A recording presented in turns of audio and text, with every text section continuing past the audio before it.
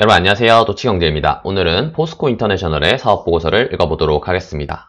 네, 첫 번째 페이지 사업보고서 표지 오면은 2020년 1월부터 12월 31일까지 1년간의 기간에 대해서 말을 하고 있고, 주식회사 포스코 인터내셔널 주시보 대표이사님이 서울특별시 강남구 태해난로에 위치한 본사에서 사업보고서를 발간하고 있습니다. 네, 첫 번째 로마자 1번 회사의 개요 부분부터 천천히 보면은 우선 첫 번째로 이 포스코 인터내셔널과 하나의 연결 실체로 볼 수 있는 자회사와 손자회사들에 대해서 설명을 하고 있는데요. 우선 자산 총액 부분을 보면은 꽤 규모가 큰 회사들이 많아 보이긴 합니다. 수천억대의 자산 규모를 보여주고는 있는데, 이름을 보면은 다 무슨 포스코 인터내셔널, 미국 법인, 독일 법인, 일본 법인 이런 식으로 해외 법인들이잖아요. 그래서 쭉 봤을 때 이 회사가 무역회사로 유명하잖아요. 포스코 인터내셔널 무역회사인데, 옛날로 치면은 종합상사라고도 할 수 있는 그런 무역회사인데, 이 무역을 하기 위해서 해외 법인들을 설립했고, 그 법인들이 이제 무역업을 활발하게 하다 보니까 자산 규모가 어느 정도 있는 거구나, 이렇게 생각하시면 될 것 같습니다. 그래서 전반적으로 특별한 의미를 가지는 별개의 사업을 하는 회사는 없다, 이렇게 이해하셔도 될 것 같아요. 자, 계속 보면은 회사 이름은 주식회사 포스코 인터내셔널이고 2000년 12월에 대우에서 인적 분할로 설립이 됐습니다. 이 대우라는 그룹이 이제 공중 분해가 됐잖아요. 그러면서 무역 부문이었던 종합 상사 부문이었던 당시에는 대우 인터내셔널, 그게 지금 포스코로 인수가 돼서 포스코 인터내셔널이 된 거고, 그래서 이 회사는 2000년에 인적 분할로 설립됐다라고 그 기원을 설명하고 있는 것 같습니다. 본사는 아까 봤듯이 서울특별시 강남구 태해난로에 위치해 있고 중소기업에 해당되지 않습니다. 주요 사업은 이제 종합상사다 보니까 돈이 되는 건 뭐든지 파는 그런 게 종합상사잖아요. 그래서 수출입업이라고 이제 설명을 해놨는데, 보면은 5만 걸 다 팔고 있습니다. 철강, 비철, 금속, 화학, 자동차 부품, 기계, 선박, 플랜트, 전기, 이렇게 5만 가지 제품들을 다 돈 되는 건 팔고 있다, 이렇게 이해하시면 될 것 같고, 본업은 그래서 수출입, 이런 제품들을 수출입하는 게 본업이다, 이렇게 이해하시면 될 것 같아요. 자, 그 다음에 이제 신용평가 부분인데, 이 회사 포스코 인터내셔널이 돈을 빌려가서 얼마나 잘 갚을 것인가에 대해 설명하는 부분이고요. 보면 2016년부터 2020년까지 신용평가의 등급의 그런 변동에 대해서 보여주고 있는데, 16년만 해도 A+, 이제 싱글 A도 종종 보이는데, 이게 넘어오면서부터 AA-급으로 지금 등급이 올라와 있는 상황입니다. 17년 이후로는 계속 AA- 유지하고 있고, 그래서 이 회사는 물론 대기업이니까 당연히 돈 떼먹을 일도 없겠지만, 어쨌든 그 중에서도 굉장히 우량한 AA급의 회사다, 이렇게 이해하시면 될 것 같아요. 자, 그 다음에 배당에 관한 사항 부분에서는 이 회사가 배당금을 얼마나 주고 있는가에 대해서 나오고 있는데요. 우선 보면은 배당 수익률 자체는 3에서 4%대 매년 이렇게 올라가고 있는데, 배당금은 거의 변동이 없었어요. 18년, 19년이죠, 이게? 18년인가요?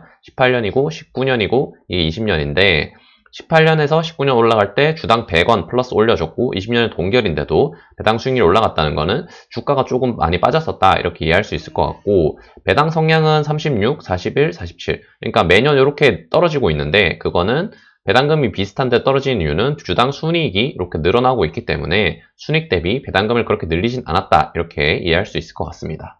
어쨌든 현재 2020년 말 기준으로 배당 수익률은 꽤 높은 편이다, 이렇게 알 수가 있겠네요.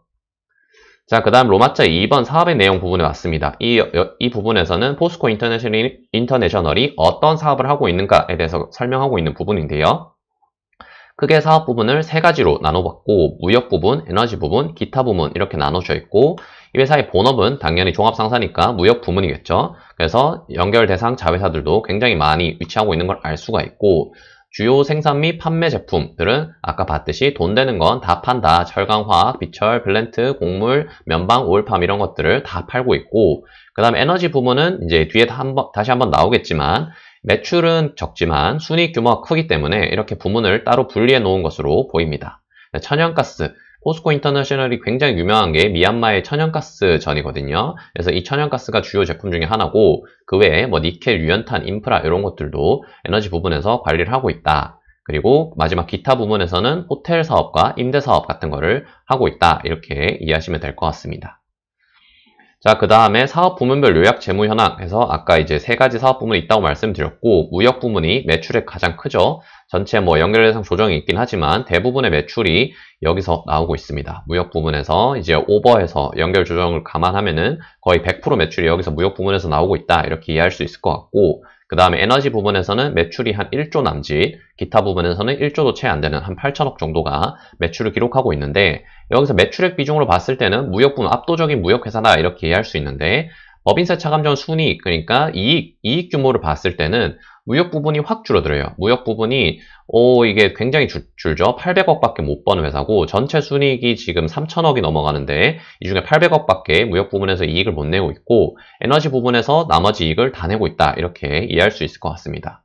그래서 외형적으로는 무역회사로 보이지만 순이익, 그러니까 이익이 남는 구조를 뜯어보면은 무역업은 돈이 안 된다라고 판단할 수가 있는 거죠. 무역업은 마진이 안 나는 저마진 사업이구나. 그래서 실질적인 회사를 먹여 살리는 사업 부문은 에너지 사업 부문이구나 라는 거를 알 수가 있습니다. 어쨌든 그럼 사업 부문별로 자세하게 한 번 더 보겠습니다. 첫 번째 무역 부문에서 시장 점유율이 먼저 나오는데 우리나라 전체, 한국 전체 수출 실적은 지금 512빌리언 달러죠. 그러니까 우리나라 돈으로 한 500에서 600조 정도 되는 이제 우리나라 수출 규모가 이 정도 된다라고 설명하고 있는 거고 500에서 600조고 그중에 포스코 인터내셔널 실적은 한 5빌리언 달러니까 한 5, 6조, 한 1% 정도 차지하고 있구나라는 거를 알 수가 있습니다. 19년 대비 2020년에 전체 수출 규모도 줄었고 포스코 인터내셔널의 실적도 많이 줄었다라는 거를 알 수가 있고요. 그 다음에 회사의 매출 비중 중 수출은 88.5%를 차지하고 있고 수출 지역별 비중은 중국 17.1% 비롯해서 아시아 전체 지역이 70%, 아시아 지역에서 대부분의 매출을 올리고 있구나라는 것을 알 수가 있습니다. 그 외에 뭐 북미, 유럽, 기타 등등 지역도 있고요. 그 다음에 품목별로 그러니까 수출할 때 어떤 물건을 갖다 파느냐를 보면은 철강이 가장 높습니다. 철강이 50% 이상을 차지하고 있고 그 외에 에너지나 식량, 곡물들이겠죠. 이런 것들도 차지하고 있다라는 것을 알 수가 있습니다. 계속 보면은 이제 에너지 부문, 무역 부문 다음에 에너지 부문인데 에너지 인프라 본부를 포함하여 여러 자회사들이 있고 여기서 가장 중요한 거는 석유 가스 개발 이거 하나로 지금 포스코 인터내셔널은 사실상 먹고 살고 있다 이렇게 이해하시면 될 것 같아요. 미얀마 가스전 같은 경우에는 2013년부터 판매를 개시했고 14년부터 1일 평균 5억 입방피트의 가스를 생산하고 있다. 뭐 어쨌든 잘 모르겠지만 13, 14년부터 가스를 생산하고 있다라고 이해하시면 될 것 같습니다. 그리고 이 가스 사업을 계속하기 위해서 현재 8공의 가스 생산정을 추가 생산하는 2단계 개발 작업이 진행 중이고 2018년부터 공사에 착수하였다. 그래서 이 가스전으로 먹고 살기 위해서 추가 가스전 개발을 하고 있다라고 이해하시면 될 것 같습니다. 그래서 매출에 관한 사항에서 다시 한번 이렇게 나오는데 무역, 에너지, 기타 등등등 합쳐서 무역 부문이 압도적인 매출을 기록하고 있지만 역시 마진은 낮다라는 거 다시 한번 생각해 주시면 될 것 같고 19기, 20기, 21기 그러니까 2018년부터 2020년까지 계속 매출 비중은 무역 부문이 압도적인 비중을 차지하고 있다라는 것을 알 수가 있습니다. 하지만 여기는 돈이 안 되죠. 그래서 외형적으로만 크고 돈 되는 건 에너지다 이렇게 다시 한번 말씀을 드리겠습니다. 자, 그 다음에 매출 형태별 실적이라고 해서 크게 이제 세 가지로 이렇게 나누고 있어요. 수출, 내수, 삼국간 이렇게 세 가지로 나누고 있는데 여기서 이제 삼국간 매출이라는 게 뭐냐면은 수출 수입을 할 때 A국과 B국이 있으면은 수출을 이렇게 서로 해주면 되는데 그게 아니라 C국에 있는 중개무역업자가 껴가지고 요렇게 하고 요렇게 그러니까 물건이 이렇게 다이렉트로 가는 게 아니라 중개무역업자를 통해서 이렇게 간다라는 게 삼국간 무역이거든요. 이게 삼국간 무역인데 요즘 이제 종합상사들은 대부분 이제 이런 식으로 하고 있어요. 왜냐면은 국내 기업 상대로만 이렇게 장사를 해서는 매출의 그런 한계가 명확하기 때문에 제3국끼리 이렇게 연결을 해가지고 삼국간 매출을 많이 올리고 있습니다. 그래서 순 매출액이 지금 21조 정도 되는데 이 중에 17조가 지금 삼국간 매출이다. 그래서 대부분 삼국간 매출에서 매출을 올리고 있고 아까 앞에서 이제 무역업에서 대부분 매출 차지하는 게 이 삼국간 매출이다 이렇게 이해할 수 있을 것 같고 수출로 분류를 하기도 합니다. 그래서 이 삼국간 매출이 수출로 잡히면은 대부분의 매출을 수출해서 올리고 있다 이렇게 이해할 수 있을 것 같습니다. 그래서 여기서 다시 한번 좀 볼만한 게 지금 매출이 3년 연속 이렇게 줄어들고 있거든요. 이렇게 25조, 24조, 21조로 매출이 계속 줄어들고 있는데 요거는 삼국 간 그 무역이 부진한 영향도 있고 뭐 여러 가지 수출업도 역시 계속 부진하고 있기 때문에 전반적으로 최근 3년간 수출 업황은 좋지 않았구나라는 거를 알 수가 있습니다. 자, 그 다음에 이제 경영상 주요 계약이라고 해서 아까 제가 미얀마 가스전이 계속 중요하다라고 말씀드렸잖아요. 사실상 포스코 인터내셔널이 요거 하나로 지금 먹고 살고 있다라고 계속 말씀을 드렸는데 그래서 이 미얀마 가스전의 계약 내용에 대해서 조금 더 자세하게 보겠습니다. 가스 생산 및 판매자는 포스코 인터내셔널과 여러 이제 기업들이 있고 구매자는 중국의 요법인 차이나 내셔널 유나이티드 오일 컴퍼니 뭔가 국영 기업 같죠. 그래서 중국에다가 팔고 있다라고 이해하시면 될 것 같아요. 그래서 생산 개시년도부터 30년간 판매 장기 계약을 이제 체결한 거고 아까 앞에서 잠깐 봤지만 생산을 2013년, 14년 요때 당시에 시작을 한 거니까 지금 보면은 2030년에서 2040년 정도까지는 판매를 하지 않을까 생각이 되네요. 2013년부터면은 한 43년까지는 판매를 안정적으로 할 수 있을 것으로 보입니다. 하지만 문제는 이제 가스 구매자가 요 중국 기업 하나로 지금 나와 있기 때문에 혹시나 이 회사가 뭔가 계약을 파기하거나 뭔가 이 회사에 문제가 생겼을 때는 요 가스 매출이 좀 안정적이지 않을 수 있겠구나라는 것도 알 수가 있습니다. 그리고 생산하는 그 가스전의 지분율은 포스코 인터내셔널이 51% 과반의 지분을 가지고 있고 그 외에 좀 특이하게 한국가스공사가 8.5% 가지고 있고 그 외에 이제 해외 법인들인 것 같아요. 이런 법인들도 뭐 많이 가지고 있다라고 설명을 하고 있습니다. 네, 그 다음에 넘어가 보면은 이제 그 밖에 투자 의사 결정에 필요한 사항이라고 해서 좀 특이한 부분이 하나 있어서 가져와 봤는데 포스코 인터내셔널이 아까 대우에서 인적 분할을 해서 설립된 회사라고 했잖아요. 그래서 이 대우라는 지금은 망한 그룹이지만 이 망한 그룹의 상표권을 이 포스코 인터내셔널이 가지고 있어요. 그래서 대우 상표를 출원 등록하고 이를 사용하고 있고 그래서 뭐 여러 가지 이 대우 상표권을 활용한 여러 사업을 하고 있다라고 설명을 하고 있습니다. 그래서 지금 상표권, 대우, 뭐 한자로도 대우 뭐 이런 것들을 가지고 있는데 요걸 가지고 2020년에 사업 로열티 수익으로 한 49억 정도를 벌었고 2021년에는 69억 정도를 벌 것으로 예상이 된다. 그래서 뭐 그렇게 큰 매출은 아니지만 어쨌든 쏠쏠하게 대우 상표권을 잘 활용하고 있다라는 것도 알 수가 있습니다. 자, 그 다음 로마자 3번 재무제표 부분에 왔는데요. 이 포스코 인터내셔널 재무제표 한번 보겠습니다. 우선 첫 번째로 볼만한 게 자산 총계가 지금 18년, 이게 2018년, 19년, 20년인데 매년 이렇게 줄어들고 있어요. 그리고 외형적으로 굉장히 줄어들고 있구나라는 걸 알 수가 있고 매출액 역시 18년 25조, 19년 24조, 2020년 21조 규모로 외형은 지금 굉장히 3년 연속 많이 줄어들고 있구나라는 걸 알 수가 있어요. 자산도 줄고 매출도 줄고 있고 그리고 이제 부채도 다행히 지금 줄고 있죠. 부채도 한 7조 가까이 되다가 6조, 그 다음에 5조 순으로 역시 부채도 줄고 있고 그나마 다행스러운 거는 자본 규모가 이제 3조 좀 안 되다가 3조를 넘었다가 3조 1000억까지 이렇게 올라와 있는 모습을 봤을 때 자본 규모는 늘고 부채 규모는 줄고 그래서 재무 구조 자체는 재무 건전성은 좋구나라는 거를 알 수가 있죠. 재무 건전성은 지금 좋아지고 있고 다만 외형이 줄어들고 있는 건 좀 마이너스 요인이다라고 이해하시면 될 것 같습니다. 영업이익은 뭐 들쭉날쭉하긴 하지만 3년 연속 큰 변화가 없다 이렇게 이해할 수 있을 것 같고 당기순이익 역시 이제 조금씩 늘고는 있지만 그렇게 뭐 드라마틱한 변화가 있진 않다. 2018년 좀 실적이 안 좋았던 것 같고 2019년, 2020년에는 한 2천억대 정도의 당기순이익을 올리고 있다 이렇게 이해하시면 될 것 같아요. 자, 그 다음 연결 재무제표 주석 부분에 왔는데요. 그래서 이 재무제표를 설명하고 있는 부분인데 여기서 좀 볼만한 게 첫 번째로 종속기업의 요약 재무정보라고 해서 아까 해외법인들 쭉쭉쭉 나열했던 거 기억하시죠? 자산은 굉장히 이제 큰 규모의 해외법인들이 쭉쭉쭉 있는데 보면은 매출은 뭐 1조 이상 올리는 회사들도 있고 하지만 당기순이익, 이거 당기순이익 제가 다 합쳐봤거든요. 근데 총 3억입니다.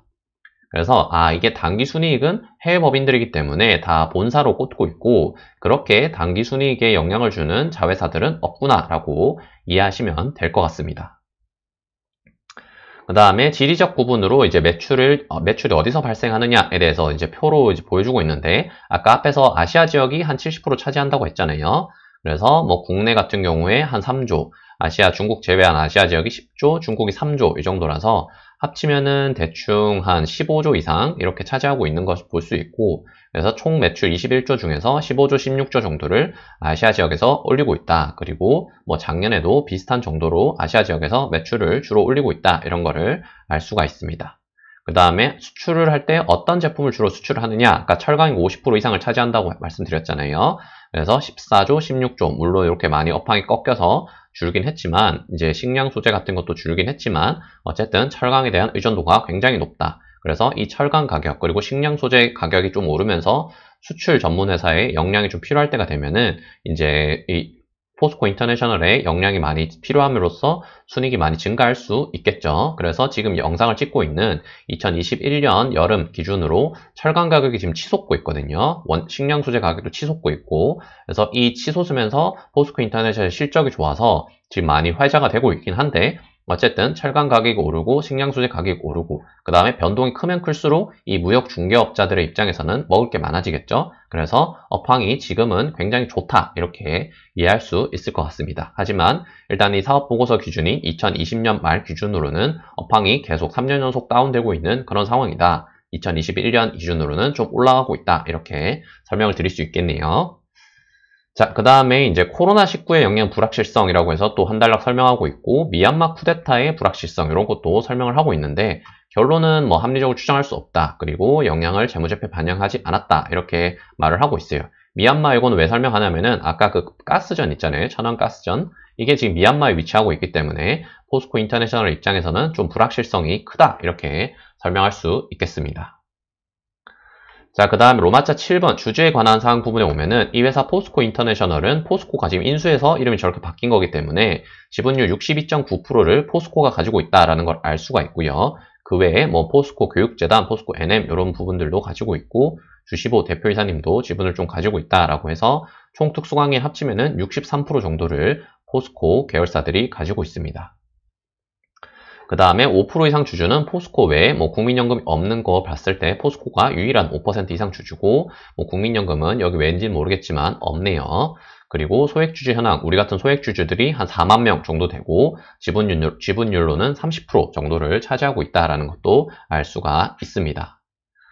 자, 그 다음 마지막으로 로마자 8번 임원 및 직원 등에 관한 사항에서 보면은 우선 전체 임직원이 1200명 정도가 되고 해외법인들은 뺀 겁니다. 1200명 정도가 되고 그 다음에 1인 평균 급여액은 1억이 넘는 모습을 보여주고 있습니다. 그래서 생각보다 좀 고액 연봉의 직장이구나 라는 거를 알 수가 있습니다. 자, 여기까지 포스코 인터내셔널의 사업보고서 읽어봤고요. 궁금하신 사항 있으면 댓글로 남겨주시면 답변 드리도록 하겠습니다. 감사합니다.